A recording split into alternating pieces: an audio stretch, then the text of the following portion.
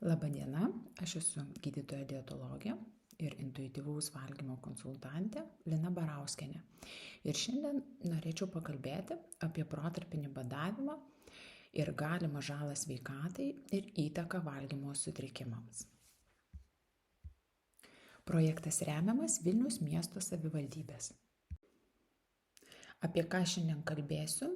Tai pirmiausia, pakalbėsiu apie tai, kas yra protarpinis badavimas, kodėl jisai šiandieną yra toks populiarus, kas šiai dienai yra žinoma apie jį ir galbūt daugiau iš tos pusės, apie ką yra nekalbama, ne taip garsiai kalbama, ir žinoma apie šio valgymo režimo, šios dietos įtaką valgymo sutrikimams.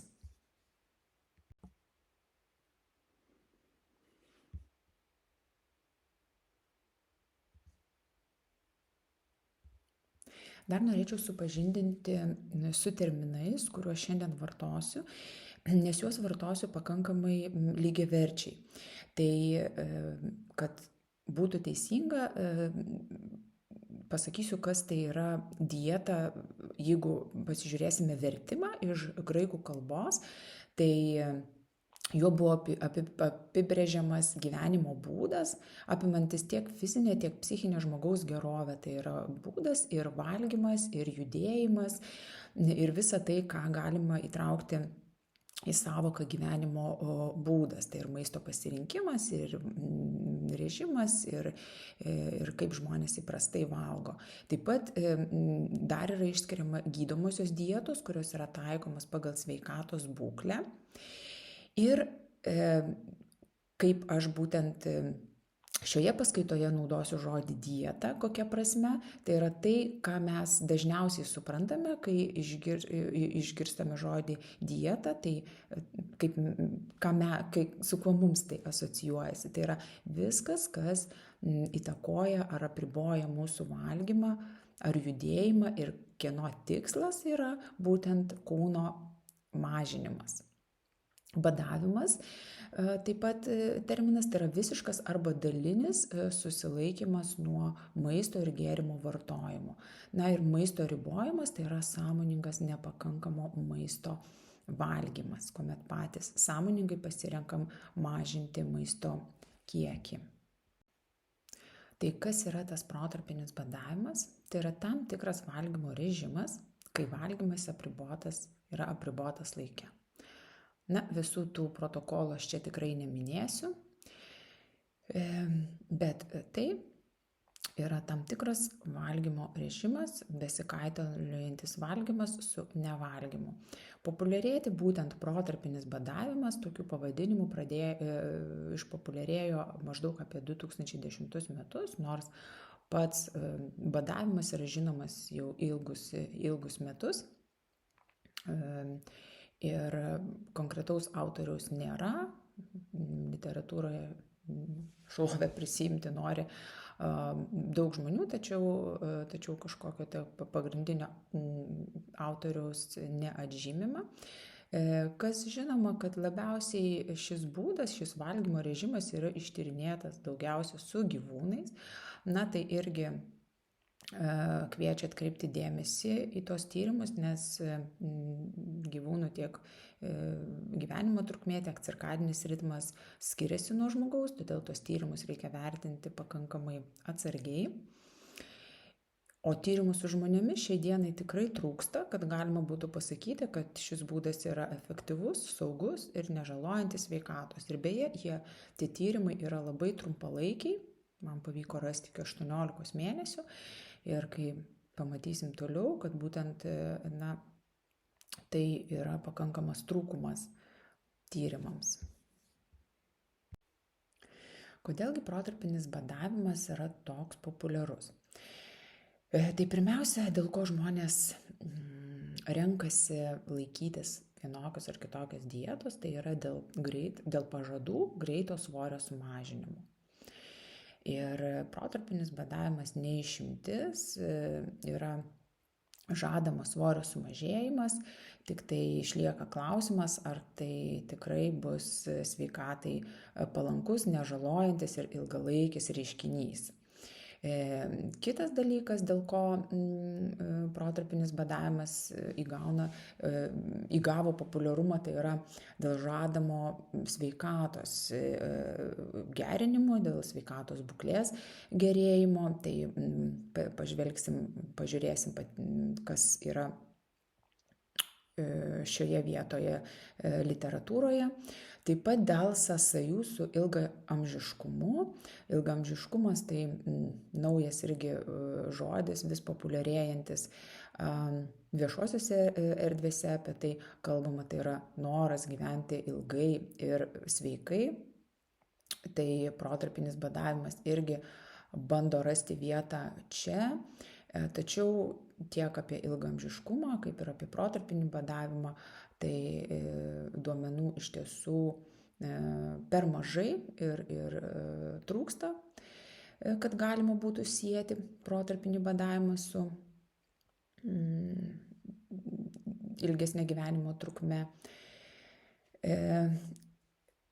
Ir be abejo, protarpinis badavimas populiarėja dėl to, kad žmonėm reikia sensacijų, jie tas sensacijas mato, žinomi visuomenėje garsus matomi žmonės dalinasi dažnai savo pasiekimais, savo dietų laikymaisis ir taip pat ir protarpinio badavimo populiarinimas viešoje erdvėje iš tiesų yra tikrai labai didelis, tai todėl ir mano šios paskaitos noras buvo pakalbėti apie tą kitą pusę, kuri visada yra, tik apie ją mažai kalbama. Ta patį sako ir mokslininkai, kurie atlieka tyrimus vertindami protarpinio badavimo įtaką valgymo sutrikimams. Jie irgi kalba apie tai, kad reikia kalbėti ne tik apie tos, sakykime, žadamus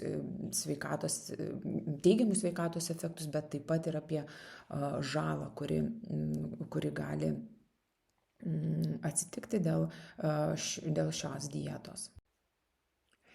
Teigiama, jog protarpinis badavimas padeda sumažinti kūno svorį. Taip, padeda, kaip ir bet kuri svorį mažinanti dieta tam tikrą laiką, trumpame periode gali tą padaryti, bet klausimas, kokia kaina ir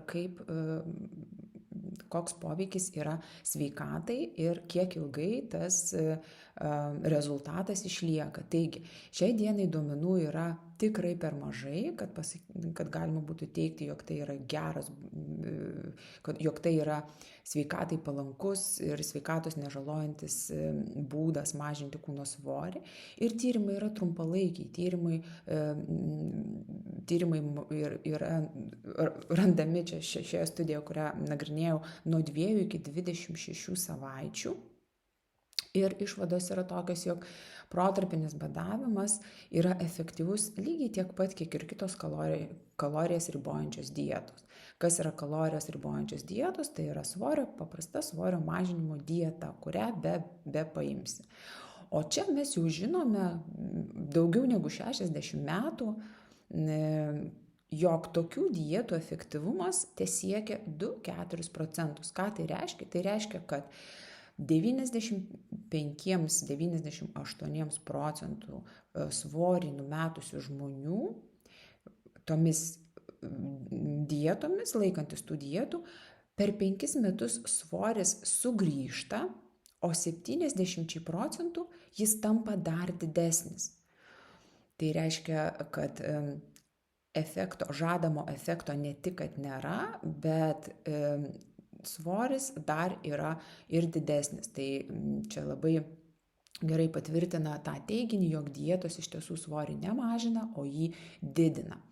Ir dar kas buvo stebima tame straipsnėje, toje apžvalgoje, jog riebalinio audinio kiekis sumažėjęs nebuvo, tačiau 65% sumažėjo raumeninė masė, o tai iš tiesų yra labai didelis skaičius, o raumeninė masė yra atsakinga už medžiagų apykaitą.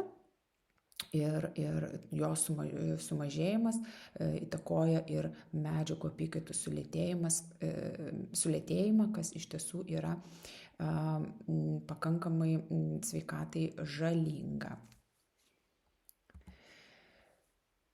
Maisto ribojimas, badavimas, nepakankamas maisto gavimas kiekvienam žmogui gali sukelti skirtingus pojūčius. Ir vieni galbūt ne taip jautriai reaguoja į maisto trūkumą, tačiau kiti gali tikrai vargti ir kasdieninė veikla gali tapti pakankamai sudėtinga. Tai kuogi gali skųstis žmonės, kurie pasirinko riboti maistą.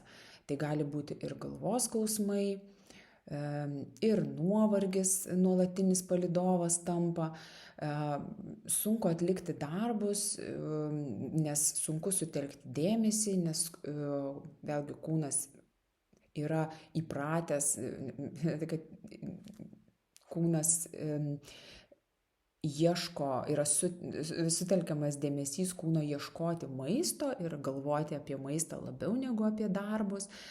Gali atsirasti įvairūs virškinimo sistemos problemos, tokia kaip pykinimas dėl ypatingai tuščio skrandžio, žmonės, kurie serga gastroezofaginė liga, ilgesni nevalgymo tarpai taip pat gali pabloginti situaciją, gali dažnėti skrandžio skausmai, kam nebuvo, jie gali atsirasti tie skausmai, taip pat įvairūs vidurių užkietėjimai ar pilvo pūtimas ar ankstyvas sotumo jausmas pavalgius, visa tai taip pat yra susijęs su sulėtėjusia virškinimo sistemos sulėtėjusiu darbu dėl maisto medžiagų trūkumo. Taip pat žmonės skundžiasi silpnumu, mieguistumu, būdinga labilios nuotaikos, jos kaitaliojasi, tai džiaugsminga, tai labai niūri, gali būti tokie sunkiai kontroliuojami pykčio priepuoliai, dirglumas ir užsitęsus stipriai maisto trūkumui gali sutrikti ir miegas. Yra žinoma, jog apie 15, literatūroje pažymima, kad 15-20% žmonių turi jautresnę nervų sistemą. Jie yra, net ir yra terminas, jie vadinami itin jautrūs asmenys. Šie žmonės pasižymi tuo, jog jie yra jautresni tiek išoriniams, tiek vidiniams pojūčiams, kurie juos veikia. Tame tarpe ir alkiui. Ir jeigu tokie jautresni žmonės nusprendžia pasirinkti kažkokį ilgesnį nevalgymo tarpą ar badavimą, tai tas stiprus alkio jausmas iš tiesų gali stipriai įtakoti jų kasdienybę ir savijautą. Kalbant apie miegą, jau minėjau, kad užsitęsęs maisto trūkumas, nevalgymas gali įtakoti suprastėjusi miegą. Tai iš tiesų yra taip. Ir dar noriu pažymėti, jog pats nevalgymas naktį ir gera miego kokybė sunormalizuoja tiek gliukozės, tiek lipidų kiekį kraujyje bei mažina uždegimo procesus. Čia atliepiu į tą teiginį, kai sakoma, jog protarpinis badavimas būtent šitos dalykus irgi gerina, normalizuoja gliukozės kiekį, lipidų kiekį kraujyje, uždegiminius procesus. Tai noriu pažymėti, kad tas periodas, kuomet mes natūraliai, fiziologiškai nieko nevalgom, tai yra laikas, kai mes miegame naktį ir gera miego kokybė, kuo mes galim tikrai nežalodami save pasirūpinti, mums puikiai padės sunormalizuoti tiek gliukozę, tiek lipidų kiekį kraujyje, taip pat mažinti uždegimo procesus. Na, o užsitęsęs maisto trūkumas blogins miego tiek kokybę, tiek kiekybę. Ir čia manau, kad esame patyrę daug kas, jeigu blogai miegame, tai sekančią dieną tikrai juntame padidėjusi maisto norą, noras kompensuoti tos energijos stoką, kuri yra dėl buvusio prasto miego. Kas atsitinka, išsiderina alkio ir sotumo hormonai, tai yra daugėja grelino, kuris yra atsakingas už alkį, ir leptino, ir mažėja leptino, vadinamo sotumo hormono. Ir to pasekoje didėja apetitas ir skatinamas didesnio maisto kiekio suvartojimas dienos metu. Tas jau yra irgi. Yra tyrimų, kurie būtent tai atžymi, kad būtent miego stygius skatina didesnį maisto kiekio suvartojimą dienos metu. Kaip tą padaro? Didindamas norą užkandžiauti. Pats noras didesnis yra, aišku, ir užkandžius dažnina, tai yra dažniau einama valgyti ir užkandžiauti, ir maisto pasirinkimai, maisto noras yra toks, kuris dažniausia siejasi mums su maloniomis emocijomis, įtakojantis malonumą, tai yra gausus riebalų, gausus cukraus ir druskos. Maisto ribojimas yra susijęs su medžiagų apykaitos lėtėjimu. Maisto ir energijos trūkumas žinoma, kad lėtina medžiagų apykaitą ir lėtina įvairių organizmo sistemų darbą. Taip pat maisto trūkumas mažina raumeninę masę. Tai yra todėl, jog organizmas esant maisto trūkumui gauti maisto medžiagas pradeda naudoti skaidyti raumenis. Ir žinoma, iš tyrimų, kai atžymima viename iš tyrimų, jog būtent protarpinis badavimas tą padarė iki 65% sumažino raumeninės masės kiekį. Ir svarbu pažymėti tai, jog toks medžiagų apykaitos sulėtėjimas išlieka iki 6 metų. Tai yra jau nebesilaikant jokio badavimo ir nebūnant maisto trūkumo, organizmas vis dar yra sulėtinęs savo medžiagų apykaitą. Ir dar literatūroje žymima, jog vien tik fizinis krūvis negali pagreitinti medžiagų apykaitos. Tam, kad medžiagų apykaita didėtų, būtina valgyti daugiau, valgyti tiek, kiek tuo metu organizmui reikia. Kartais net ir būtent, kai yra maisto medžiagų trūkumas, valgyti reikia netgi ir viršijant dabartinius poreikius. Protarpinis badavimas gali įtakoti ir mitybos nepakankamumą. Mitybos nepakankamumas tai yra maisto medžiagų trūkumas. Kodėl taip gali atsitikti? Gali būti pasirenkami dideli badavimo tarpai, ilgi badavimo tarpai, trumpi valgymo tarpai, per kuriuos neužtikrinamas pakankamas maisto medžiagų kiekis. Kitas dalykas, neužtikrinama maistinių medžiagų įvairovė, nes dažnai tie valgymo laikotarpiai toli gražu neatitinka subalansuotos, adekvačios ir be trūkumų mitybos.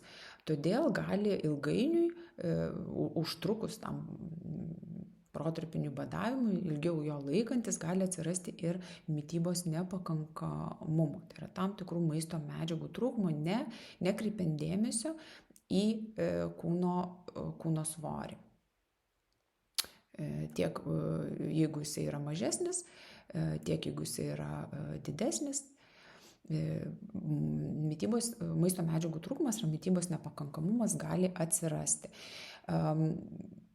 Ir tai gali sąlygoti tokius simptomus kaip nuovargis, vėlgi galvos skausmas, gali atsirasti dėl geležies trūkumo anemija, galvos svaigimas ir dažnos ligos, kadangi yra paveikiamas ir imunitetas, imuninė sistema dėl maisto medžiagų galimo trūkumo.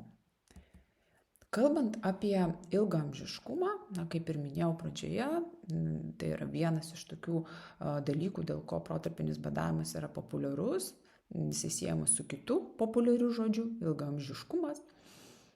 Tačiau apžvelgus literatūrą šiai dienai, tyrimų nepakanka, kad jis galėtų būti siejamas su ilgaamžiškumu. Su ilgaamžiškumu būtent siejami procesai tokie kaip autofagija, oksidacinio streso mažinimas ar ten jautrumo insulinui gerinimas. Bet kaip ir minėjau, šitie dalykai gali vykti ir natūraliai žmogui miegant. Tai iš tiesų yra labai svarbi miego higiena ir atitinkamas miego kiekis ir miego kokybė. Ilgaamžiškumo sąvokai yra svarbi autofagija. Autofagija tai yra tam tikras procesas, kuomet nereikalingos ląstelės yra pačios, susivirškina ir jos yra pašalinamos iš organizmo. Tai būtent šis procesas yra siejamas su ilgaamžiškumu, tačiau apie šį procesą, kada jisai įsijungia, kaip jisai įsijungia šis procesas, nėra tiksliai žinoma, todėl ir atžymima, kad duomenų šiai dienai yra tikrai per mažai ir tai yra labai individualus dalykas. Ir dar atkreipiamas dėmesys, jog tam dalykui, kad tas, sakykime, organizmas atsinaujintų, svarbi yra miego kokybė ir fizinis aktyvumas. Būtent miego kokybė ir fizinis aktyvumas irgi įtakoja autofagiją. Kalbant apie protarpinį badavimą ir hormonus, tai vėlgi daugiausia tyrimų yra atlikta su gyvūnais. Ir šios tyrimus vertinti, kaip ir minėjau, reikėtų atsargiai, nes gyvūnų ir gyvenimo trukmė ir cirkadiniai ritmai skiriasi nuo žmogaus. Ir taip pat tyrimai yra trumpalaikiai, tačiau kai kas yra žinoma, tarkim, kad protarpinis badavimas mažina skydliaukės hormonų kiekį. Ir čia buvo tyrimas Ramadano mėnesio metu, tai yra mėnuo, kuomet yra laikomasi pasninko. Žmonės, kurie vartojo vaistus skydliaukės funkcijai koreguoti, turėjo keisti vaisto dozes, nes žinoma, jog badavimas, maisto trūkumas lėtina, mažina skydliaukės aktyvumą. Tačiau jeigu skydliaukės funkcija yra sulėtėjusi, protarpinis badavimas situaciją gali dar labiau pabloginti. Kaip badavimas veikia apetitą reguliuojančius hormonus? Čia iš tiesų yra stiprus poveikis į alkio ir sotumą reguliuojančius hormonus ir badavimas juos išreguliuoja, stipriai sumažindamas sotumo hormono kiekį ir padidinamas alkio hormono, grelino kiekį. Ir iš Minesotos badavimo eksperimento yra žinoma, jog tas išsireguliavęs mechanizmas hormonų lieka net ir stebimas net ir praėjus 6 mėnesiams pradėjus valgyti normaliai. Normaliai tai reiškia adekvačiai ir reguliariai gaunant maisto tiek, kiek jo reikia. Kalbant apie protarpinį badavimą, norėčiau išskirti moterų grupę, todėl kad literatūroje atžymima, jog moteris gali būti jautresnės maisto medžiagų ir energijos trūkumui nei vyrai. Ir tai yra siejama su būtent lytinių hormonų pokyčiais mėnesio bėgyje.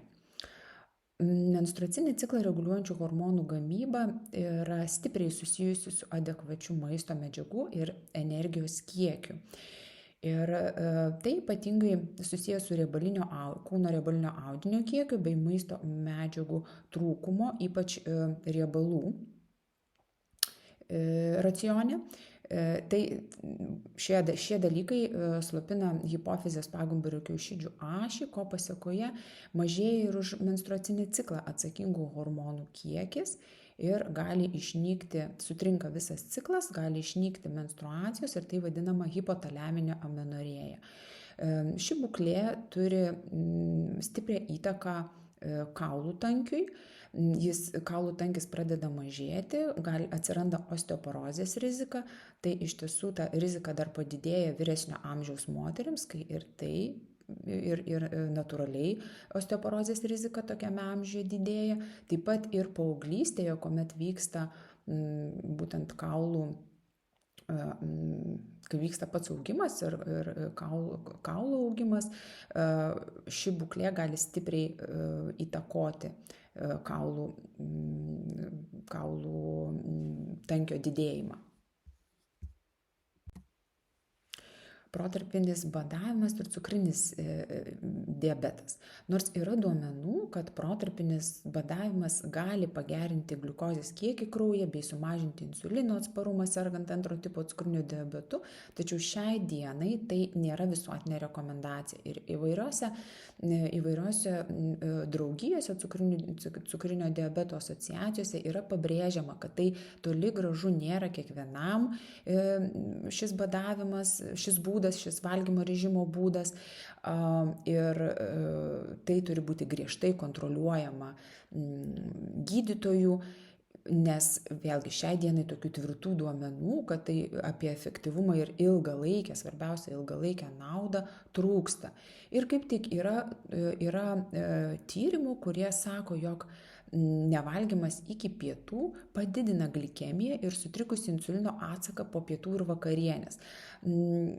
Dažnu atveju žmonės pasirenka tą ilgąjį badavimo, nevalgymo tarpą daryti būtent pusryčių sąskaitą, tai yra nevalgyti iki pietų, bet tai štai yra tyrimai, kurie sako, jog tas nevalgymas iki pietų blogai veikia glikemiją ir insulino atsaką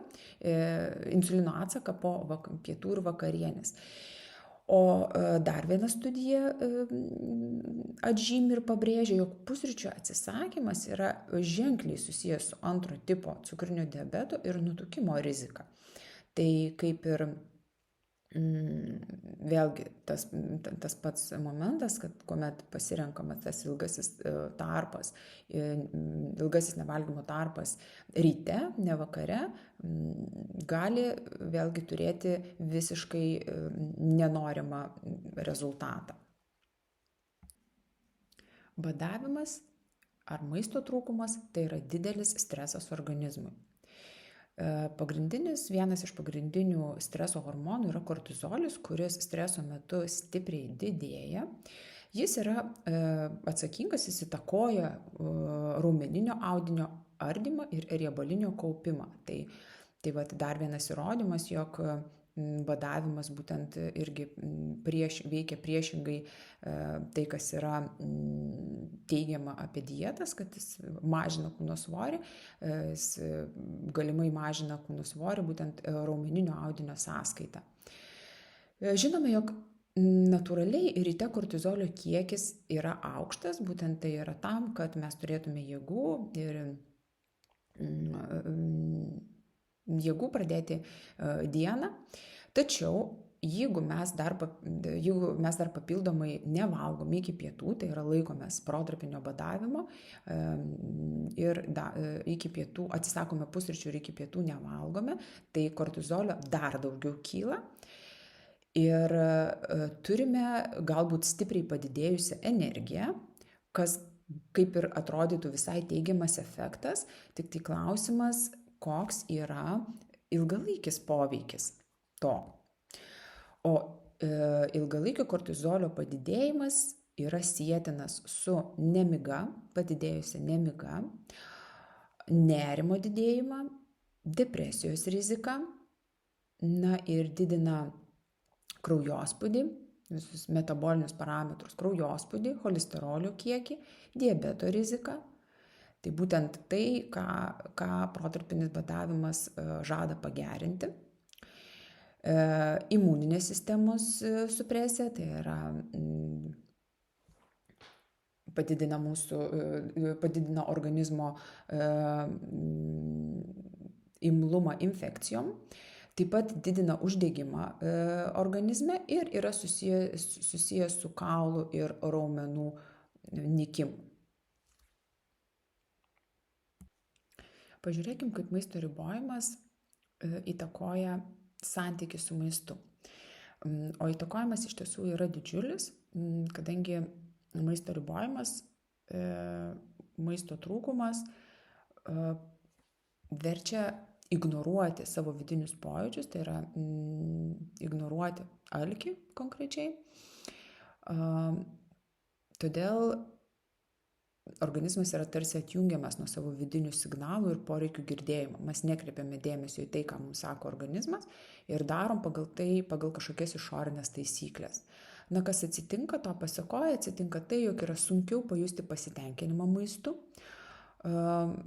Jisai nesuteikia tokio pasitenkinimo, kaip turėtų. Pradėjus valgyti sunkiau sustoti, jau kai pasisotinam. Tai yra irgi dėl to, kad išsireguliuoja alkio ir sotumo hormonai ir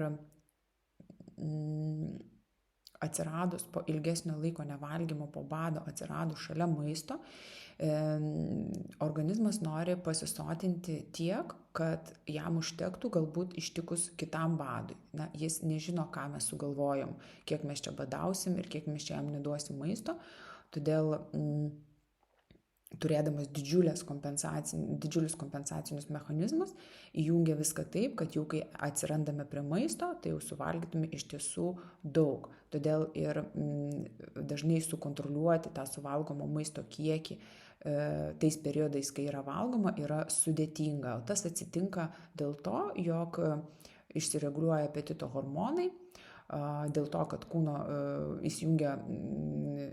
įjungia kompensacinį mechanizmą, atsiranda dažnesnis noras užkandžiauti, kurį iš pradžių galima slopinti, bet ilgainiui tai gali tapti labai stiprus poreikis.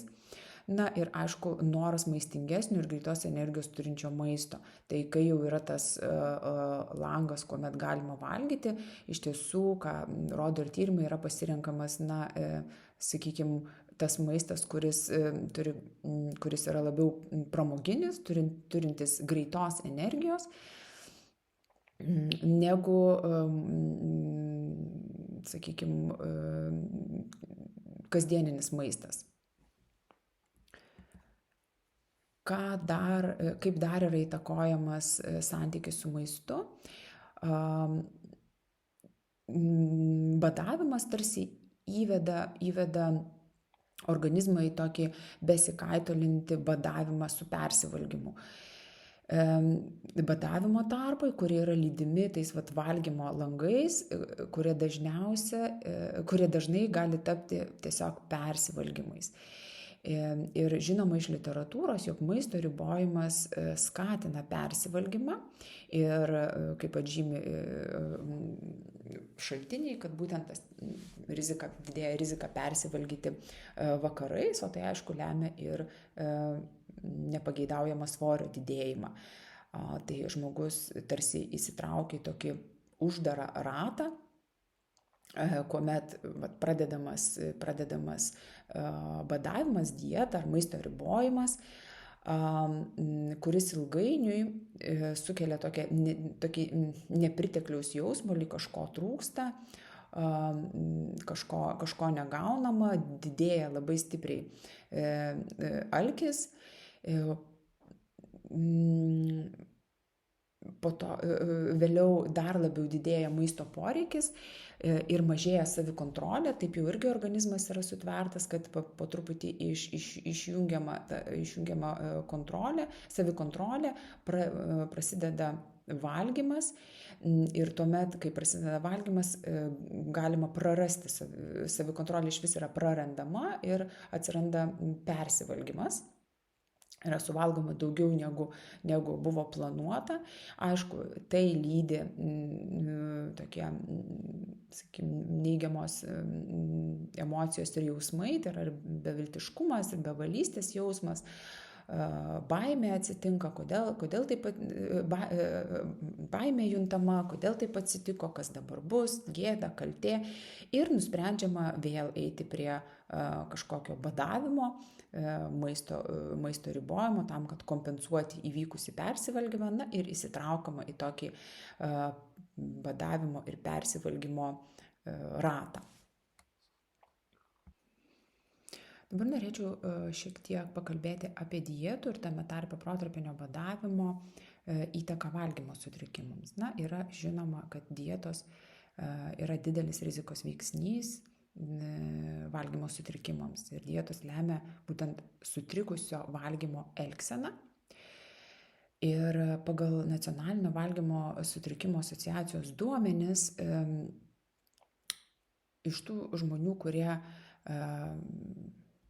dėl vienokių ir kitokių priežasčių pradės laikytis dietos, na, dažniausiai ta priežastis yra svorio mažinimas, 35 iš tokių besilaikančiųjų nekaltai, 35% tai taps sutrikusių valgymų. Tai yra toks jau gali tapti patologiniu dalyku.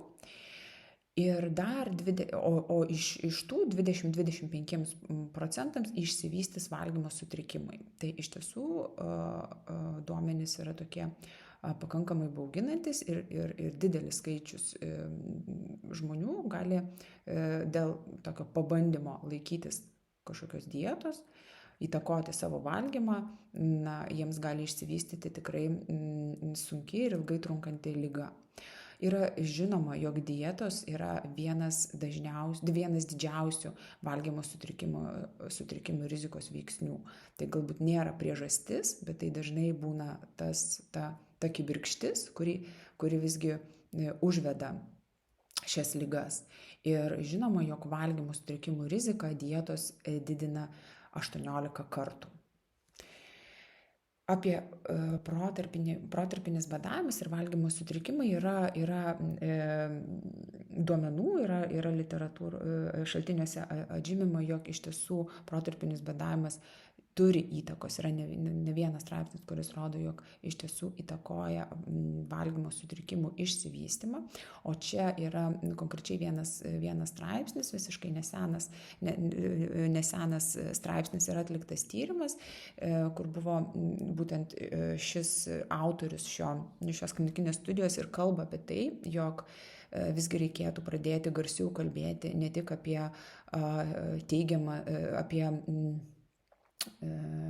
žadamas teigiamus efektus protarpinio badavimo, bet taip pat ir apie žalą ir pavojų, kuris slypi po tuo.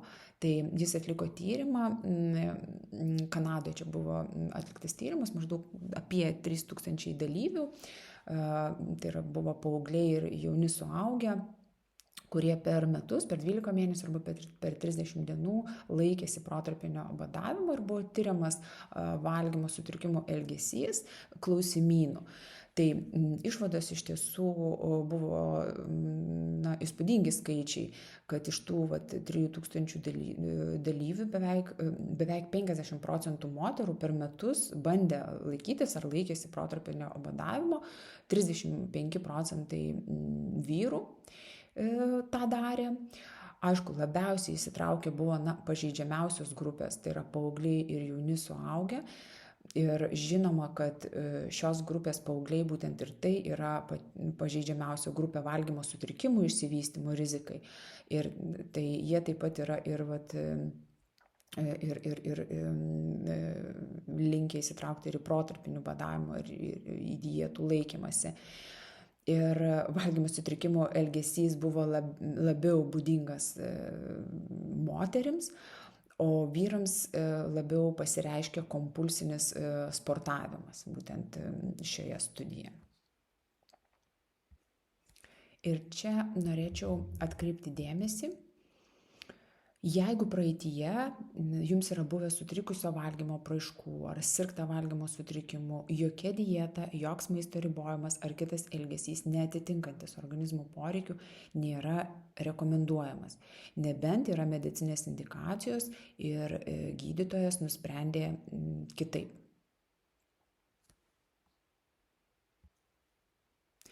Na ir čia skaidrė, kurią norėjau atkreipti dėmesį į tai, jog dažnu atveju mes manome, kad sveikatą lemia du tokie dalykai. Tai yra mityba ir fizinis aktyvumas. Na, nenuostabu, nes ir viešoje erdvėje daugiausia kalbama apie tai, labiausia norima tai įtakoti, galbūt tai yra ir lengviausia įtakoti, lengviausia keisti.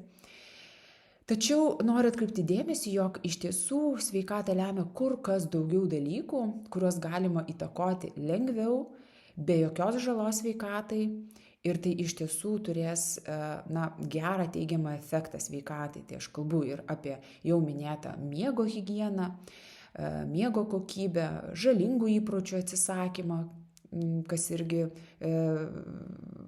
daroma lėčiau, taip pat streso valdymą,